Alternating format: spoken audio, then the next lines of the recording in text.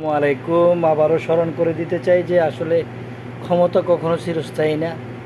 ক্ষমতা হচ্ছে একটা সাময়িক সময়ের জন্য। অতএব এই ক্ষমতা নিয়ে মানুষকে বেশি দাম্ভিকতা দেখাবেন না।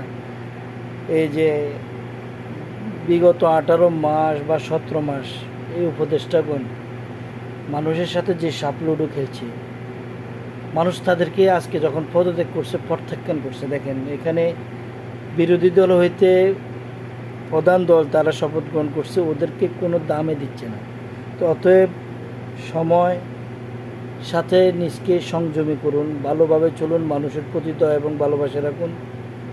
সামনে মাইক, আর যদি আপনার কিছু পুলিশ বা কিছু গোলটিবিলে মানুষ থাকে, নিজকে অনেক কিছু মনে করবেন না।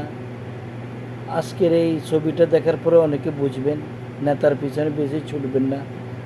নেতার টাইম চলে গেলে আপনিও পালানোর সময় পাবেন না।